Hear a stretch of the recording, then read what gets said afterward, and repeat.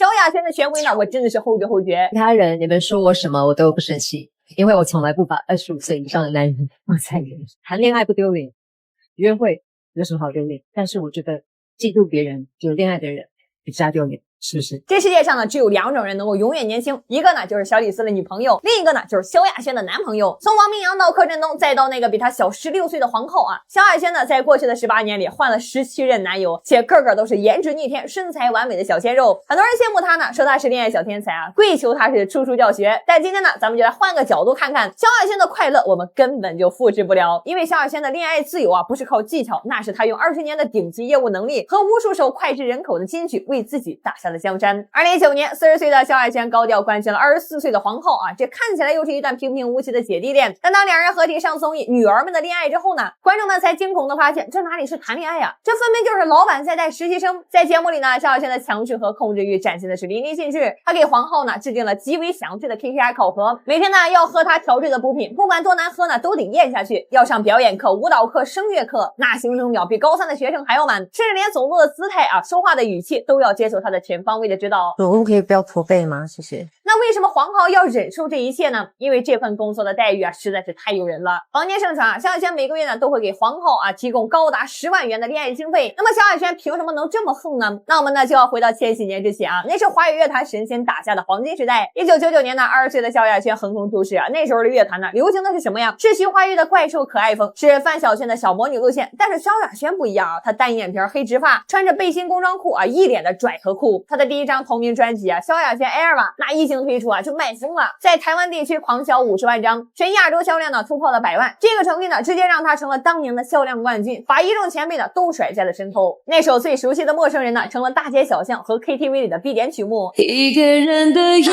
我的心应该放在哪里？拥抱过后，我的双手应该放在哪里？我始终学不会控制我的呼吸，在玻璃窗上喝出你美丽的名字。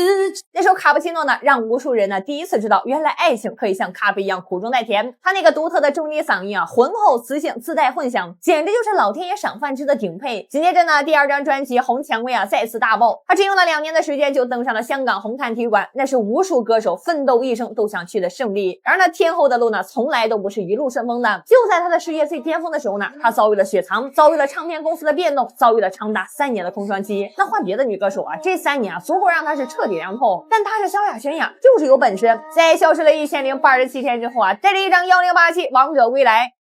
我一直很有自信，平常不怕说出口，但在你身边时候，突然感觉好害羞。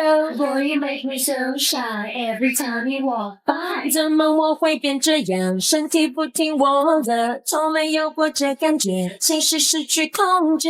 Don't know what you do to me, I just know it feels right. Never felt this way, like I'm out of control。这再次证明，只要萧亚轩肯开口，华语乐坛呢就永远有他的一席之地。所以啊，当我们现在在谈论萧亚轩的恋爱史时啊，请不要忘记啊，他手里握着的是这些底牌。除此之外呢，萧亚轩还是一个顶级的富二代。他的母亲叶秀玲啊，是半导体上市公司的负责人，身家高达数十亿。2010年呢，叶秀玲啊因病去世啊，给萧亚轩呢留下了颇丰的遗产。有了这层底气，萧亚轩在感情里啊，从来不需要依附于任何人。他不需要找一个富商呢来提升阶层啊，也不需要找一个才子来标榜品味。他要的就是最简单也是最昂贵的青春和顺从。其实呢，这种性别导致的恋爱模式呢，在好莱坞啊也有一个对照啊，那就是小李子。这小李子的女朋友永远年轻，永远是超模。他通过不断的更换年轻的伴侣，来维持自己那种呢永远在路上的浪子形象和掌控感。萧亚轩和莱昂纳多啊，本质上呢是一类人啊，他们站在金字塔的顶端，拥有绝对的资源支配权。他们通过筛选伴侣的年龄，来筛选掉那些个复杂的、难以掌控的世俗关系，只保留最纯粹的荷尔蒙体验。不同的是呢，社会对男性的这种行为往往宽容称之为是风流，而对女性则往往贴上恋爱脑或者是包养的标签。而他和皇后的恋情呢，在外界有很多传闻说什么月薪10万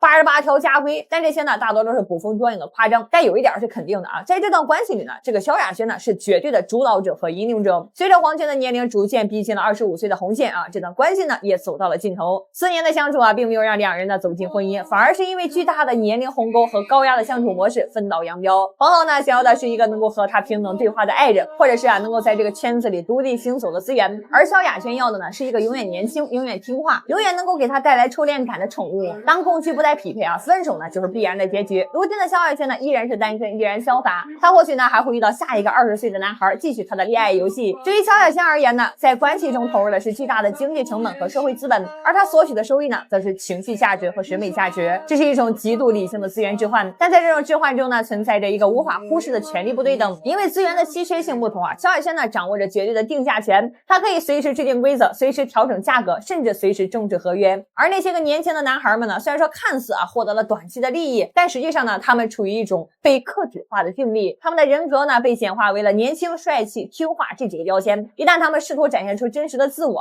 或者是试图去挑战这个规则的话，关系呢就会破裂。这就是为什么萧亚轩的恋爱呢总是轰轰烈烈开始，悄无声息结束。因为权力的倾斜注定无法长久的维持亲密关系的平衡。真正的亲密关系需要的是平等的尊重和深度的共情，而不是一方对另一方的考核与奖赏。不过这对于萧亚轩来说呢，或许他根本就不需要那种世俗意义上的白头偕老，他用自己的实力呢打破了社会对大龄单身女性的刻板印象，活成了自己的豪门。